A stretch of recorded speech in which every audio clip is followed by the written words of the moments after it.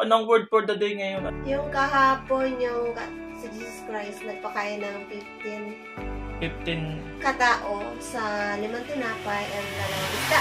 Ang pinakain niya is 15,000. Pero ang ginamit niyang yung dala ng bata, sabi niya wala silang pera na ikabili ng ganong kahalaga. Nakalimutan ko. Basta natandaan ko yung 5 pieces of bread and 2 pieces of fish. Tapos pinanalanginan niyo ni Jesus at nakakain lahat at maraming sobra. Busog. Maraming may sobra pa. Anong mensahe doon? Anong mensahe? Yung baga is, kasi yung milagro yun ng Panginoon niya sa akin. Kung i-relate mo yun sa buhay mo, anong mensahe? Yung parang connected sa aking buhay. Katulad ng, di ba, nakaano ko sa kalye. Tapos wala ang Panginoon at hindi po na Panginoon ang mga tao. Sa kanila po sa Christian family, sana ako matutulungan. Ngayon din yung hirap yun na nandiyan sa akin. Kaya, maraming salamat. Amen.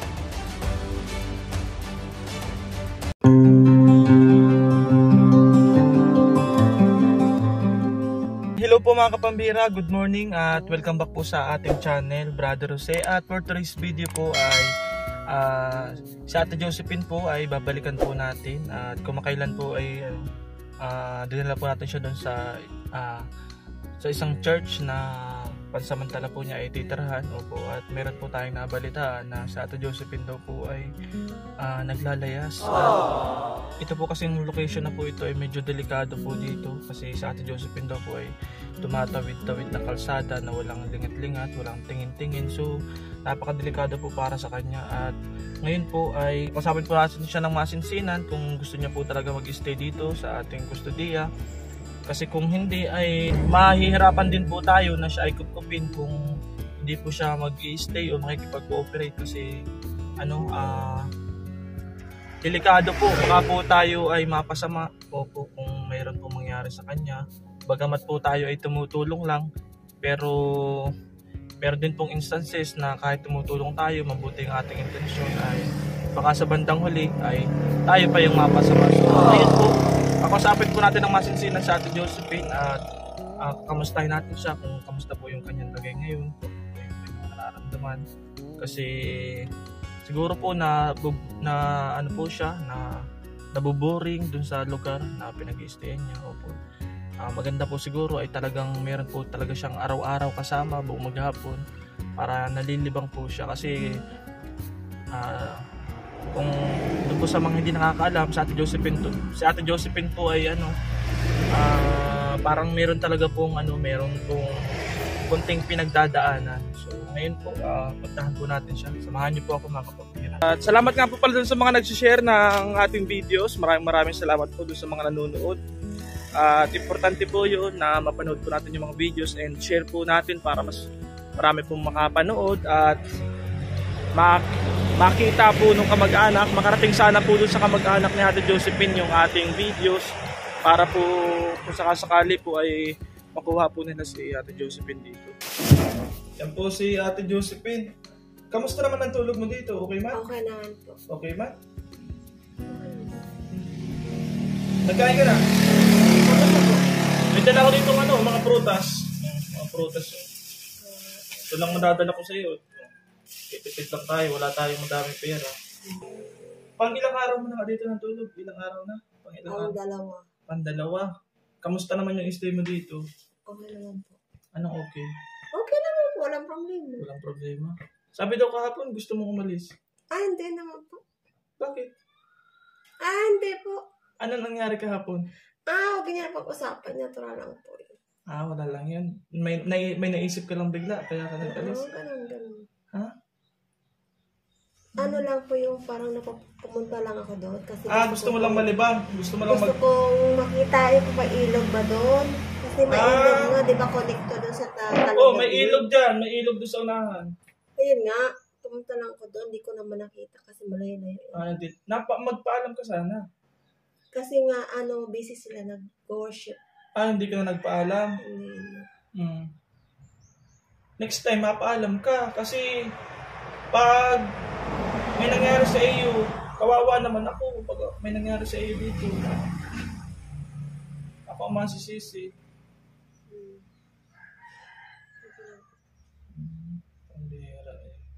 O, balat ka yan o kain ka. Gusto mo? Ang anak ko naman. Ano kinain nyo ngayong gabi? Umagahan? Kanin po. Kanin. Ngayong tanghali.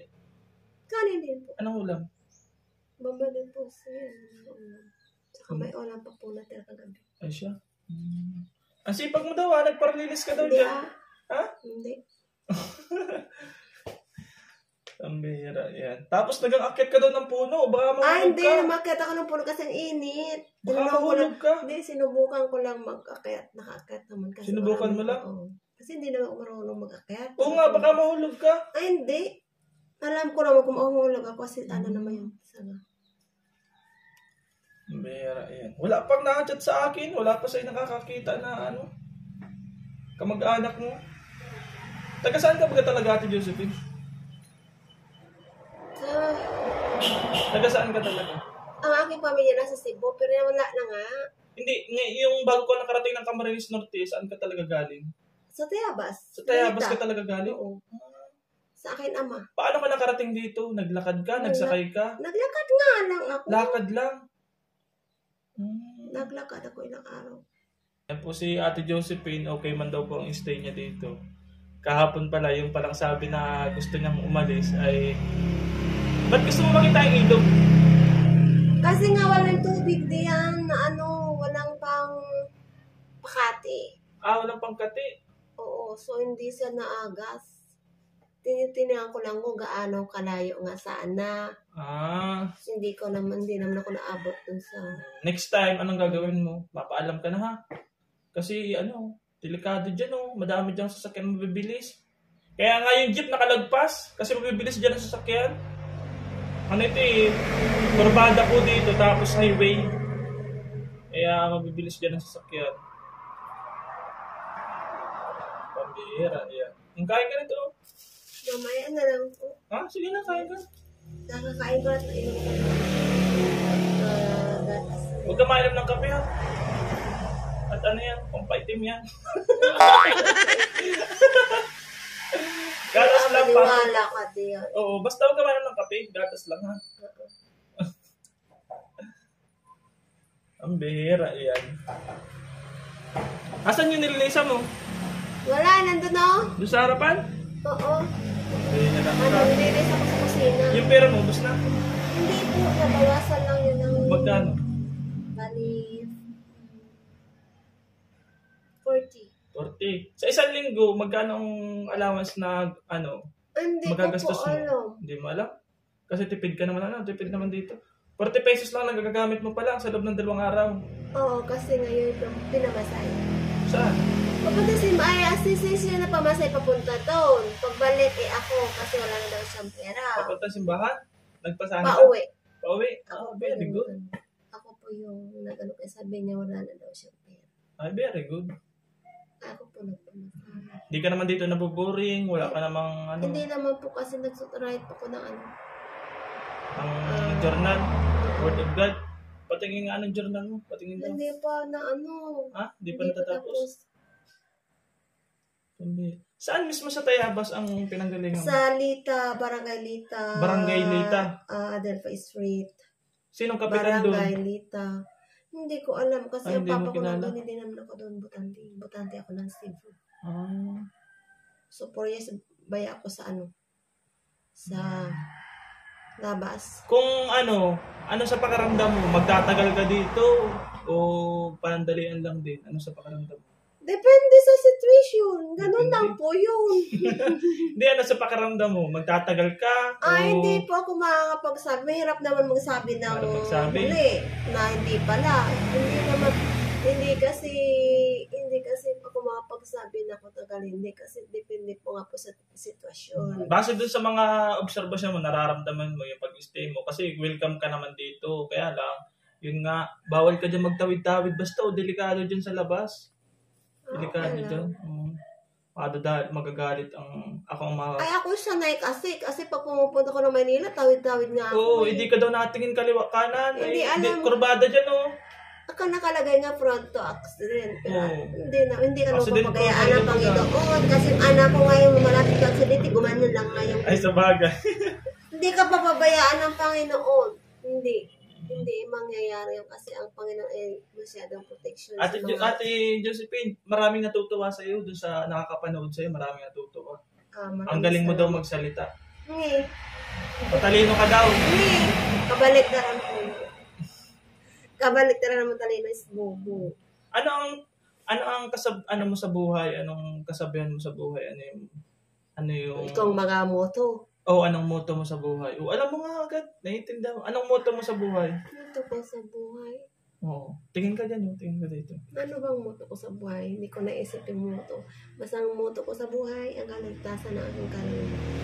Kaligtasan ng aking mga anak. Ay, yun ang priority. Yun yung pinaka number 1 sa akin.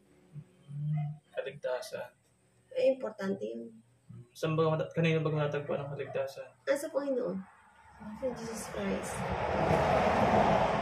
Okay naman pala, kala ko may problema. Napapunta agad ako dito. 2 araw pa lang ay sabi ko ay pambihira. Ayan.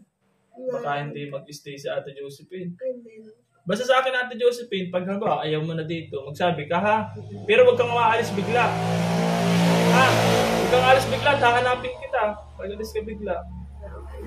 Papaalam ka ha. Ayan po mga kapambira. Napabalik agad tayo dito at akala ko ay may trouble. Bihira yan.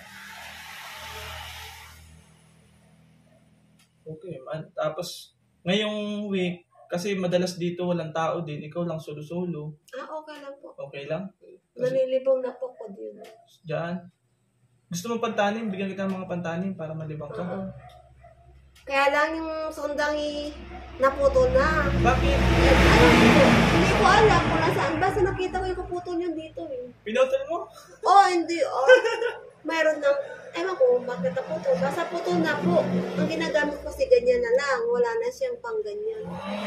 Nakita ko yung kaputol nun eh. Parang nandun yun. Ewan ko nasaan. Pero sa gabi, Ate Josephine, nakakatulog ka ng maaga, nagigising ka rin ng maaga, gano'n. Okay man na tulog? Nakakatulog naman ako. Mahimbing man na tulog? Okay naman. Ayos. Wala namang problema. Wala ka nang ibang nararamdaman. Wala, okay naman po. Okay man pala.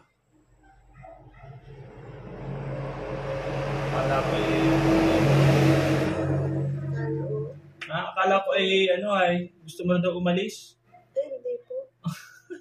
Kasi kinausap din ako ng babae kahapon. Sinong babae? Magkaalis dito ha? Sinong babae? Yung nagsamba ko dito. Oo. Sabi niya magkaalis ha, okay lang ha. Joke ang po nga niya ako. Sinabihan ka din? Sabi ko, tatlong karta mo. Sabi ko, hindi isa lang. Hindi niya. Oo, kasi pag dito, hindi na tayo magbabayad ng boarding house. At least may kasama ka pa. Paminsan. Siya pag nag-alis ka dito, isipin mo, Ate Josephine, pag nag-alis ka dito, babalik ka sa kalsada. Kung saan ka pupunta, wala ka na namang pupuntahan. Dito, ang plano natin, inaantay ko may mag-chat sa akin para yung kamag-anak mo makuha ka. Kung gusto ko nilang kuhain. Hindi ko kukunin. Ha? Hindi ka kukunin? Wala nang kamag-anak ko. Sa ako ipina-adapt ng papa ko. Wala nang kamag-anak ako. Kikilim sa mga anak ng mama ko. Sige, kung mama kikilim yung mga anak ko, pero mga anak ko maliliit pa. Wala. Mga ilang taon ba yung anak mo? 18 and 17. Ay, bata pa. Sige, kung magkakasundo tayo at dito ka na muna, malay mo, bandang huli, mabigyan kita ng magkaroon ako ng negosyo, tindahan, o ikaw gagawin kong tindera. Pagdasal mo na magkaroon ako ng negosyo, ha? Para gagawin kita ng tindera. Okay, marunong ka na? Nag-intindi, oo. Magaling ka magkwenta. Mag-calculator ka. Naging din ako ng tindiran niya umandal noon. Ako nagmanis, nakakapagod lang nga kasi hindi ako tumagal doon. Ako nag-grocery, ako nag-price, ako lahat. Tapos yung mama niya silosa. Kaya makipag-check sa customer. Kaya ako mahilig ko magpag-check. Kasi sabi niya, bakit tanagan ang pinta mo? Bakit sa akin? Kundi sabi ko, malay ko sa ay, pag ikaw ang nagbibinta, laki. Mano daw. So, kasi hindi siya nilipag. Ay, surte ka sa tindahan. Hindi. Depende po yun sa pagkipag... Customer. Kapagkipag... kapwa mo sa customer. Oo. Kailangan marunong ka mag-ano sa customer mo. Tama nga yun. Kasi nga, customer is always right. Ayos Pag tumawag siya sa'yo, di kumatu ka, lumabas ka agad. Bakit ka pa nag-open ng tindahan? Hindi mo naman ano yung inuuna mo pa yung trabaho mo, di ba? Pira yung naano mo. Nagtindahan yun. Meron mga tindahan na ayaw pagbilhan. Isa nga po, sabi ko, bakit gaya kahapon, kumatukod ako doon, ay, ang babae, hindi nagigising. Hindi ko nag-open pa ng tindahan, dapat kinulos na lang, o close muna kasi matutulog ako. Hindi naman po yun, dapat nag-open ka, talagang iwan mo muna yung ginagawa mo, mo muna yung customer mo, kasi hindi, wala nang bibili sa'yo. Kasi matagal ka kumbaga, mo lang muna yung customer mo bago yung trabaho may mo. May nabalita ka sa mga nangyayari sa panahon natin ngayon sa gobyerno? May alam ka sa gobyerno? Wala ako. Sinong presidente natin ngayon? Si Bongbong Marcos. Anong pinaka-latest mong balita na nabalitaan? Wala, hindi na ako nakikinig ng mga balita. Sa una, hindi pa ako nakapaglabas sa ibang bansa. Ang pinaka-ano ko talaga is balita. Pero nga hindi na. Ayaw mo na makinig ng balita? Hindi ko na alam kung anong nangyayari sa mundo. Hindi ko na alam kung anong mga news ngayon about sa mga bansa. Sige, Ate Josephine, kinamusta lang kita ha? Kinamusta lang kita. Nakala ko may problema. Sabi ko, baka ayaw mo na dito mag-stay. Papayagan na kitang ihatid na kita kung saan gusto. Saan gusto? Okay lang naman ako dito. Okay ka lang dito? Basta mag-behave ka lang dito ha? Para okay lang tayo. Wala tayong magiging problema ha? Ito, hindi man to sa akin. Mabuti kong sa akin ito. Itong bahay na to. Hindi man to sa akin. Sige, anong masasabi mo dyan sa mga manonood? Sa mga nanonood, maraming salamat sa mga tulong niyo sa akin ibinigay. At saka, ang bahala ng Panginoon na maksukli sa inyo. In Jesus' name. Si Ate Josephine po ay ano pang kailangan mo sa katawan? Ano pang hindi? May kailangan ka? Ay, okay lang po. Okay damit? Lang po. May mga damit ka pa naman? Binigyan po ako ni sis ng binigyan ka ni sister? Nakabili ka na ng toothbrush? Binilan niya ako toothbrush. Chinelas? Mayroon pa po. Meron pa. Sige, sa'yo ito ha. Kati kayo ni ate ha. Tig-tatlo kayo dyan ha. Sige, mapunta na ako. Salamat. Ninervous po ako. Akala ko ay magkakaproblema tayo kay Ate Josephine. At kakausapin ko po yung kapatid ko kung ano po yung naobserbahan niya talaga dito sa ginagawa natin Josephine kasi bigla daw naalis. Based po sa observation nila, si Ate Josephine po ay okay man po ang performance dito. May time lang talaga po na na gusto niya mapag-isa, gusto niya tahimik. Tapos ayan, yung gatong po na yan na nasa likodan ko, siya rin po ang may gawa niyan, siya daw po nagsibak niyan, siya rin po naglilinis dito sa kapaligiran. May mga puno nga lang inaakit niya. Mahilig din po siya sa sa mga hayop, animal lover din siya, kaya yung may mga alaga diyan na kambing parang pinepet niya. Balikan ko po sa Ate Josephine kasi meron pala siyang Facebook. Baka po meron tayong makuhang impormasyon doon.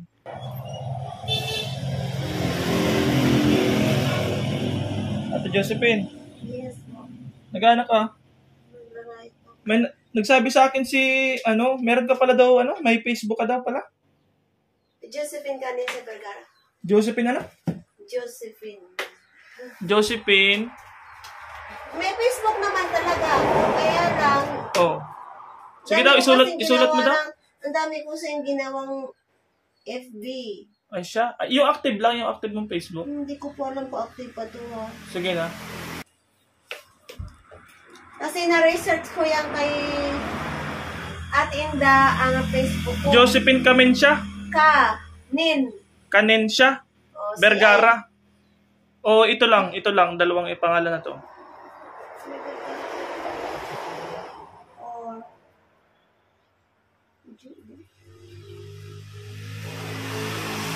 Ayos may mga dilata ka na pala dyan Yan yung po binigay. Ano yan? Pang-ulam mo na yan? Yan po yung pinabili nyo sa kay Ay siya. Oh, may bigas na rin ah. Pasain ka na rin pala dito. Masain ka na lang. Oo. Yan siguro or ito. Ano ito? Ito kasi Josephine Vergara yung sa McLaverty. Meron ako account din. McLaverty na parang ano ng lupa. Magiging mag-aano ka ng parang nag-aalo ka ng pagbibinta ng lupa. Ahente? Ano ka? Ahente nga.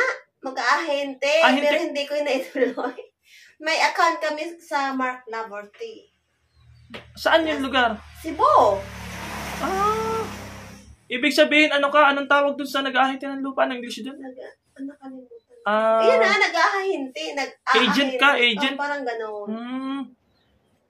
Ayos ah. O, akin na to? O, sige, akin na to.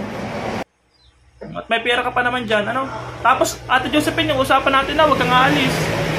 Alis ko, pwede ako. Oh, pero wag kang aalis na walang paalam. Ay, hindi. Kung walang tao dito. Hindi, kung bibili ka lang, okay lang. Pero kung lalayas ka, hindi. wag kang magpaalam ka muna sa akin, ha?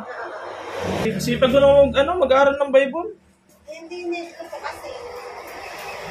Kailangan ko i-transfer. Kasi wala po dito yung yung dito sa akin dinadalang Bible. Old Testament yan, oh. Ate Josephine, may isang tanong lang ako. Anong word for the day ngayon? Anong mensahe ng... Kahapon, Lucas. Anong mensahe? About sa Anong mensahe mo may bibigay mo sa amin ngayon? Yung kahapon, sa Jesus Christ, nagpakain ng 15 katao sa 5 tinapay and 2 isda. 5 po. Anong pinakain niya is 15,000. Pero ang ginamit niyang, yung dala ng bata, na sabi ni, sino ba yun? Santiago? Ay, nakalimutan ko. Na hindi sasapat. 5, hindi sasapat dahil 5 tinapay. Sabi niya, wala silang pera na ikakabili ng ganong kahalaga. Nakalimutan ko. Basta natandaan ko yung 5 pieces of bread and 2 pieces of fish. Tapos pinanalanginan nyo ni Jesus at nakakain lahat at maraming sobra. Busog. Maraming may sobra pa. Anong mensahe doon? Anong mensahe? Wag yun ang black Anong mensahe doon sa kwento na yun? Ang mensahe niya sa kwento, wag yun na lang, na-blackmail na nga ako. Sige na, yung lang. Kung baga is, kasi yung milagro yun ng Panginoon niya sa akin. Kung i-relate mo yung sa buhay mo, anong mensahe? Yung parang connected din sa aking buhay. Paano mo i-relate yun sa buhay mo? Wag na nga.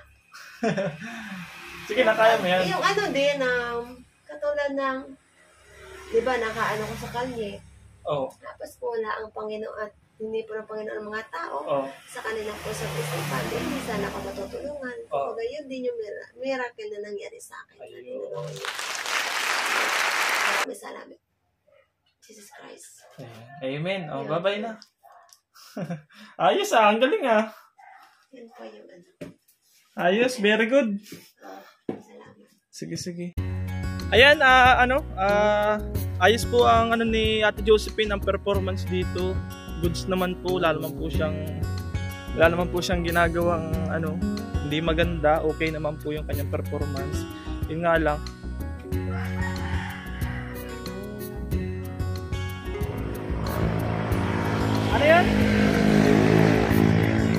ano yan?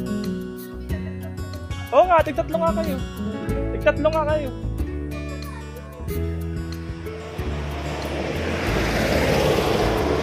Kakatawa sa Ate Josephine, yung prutas po na iniwan natin, binibigyan yung kapatid ko at sabi ko po kanina, tig-tatlo kami, pinipil ko kawain yung prutas.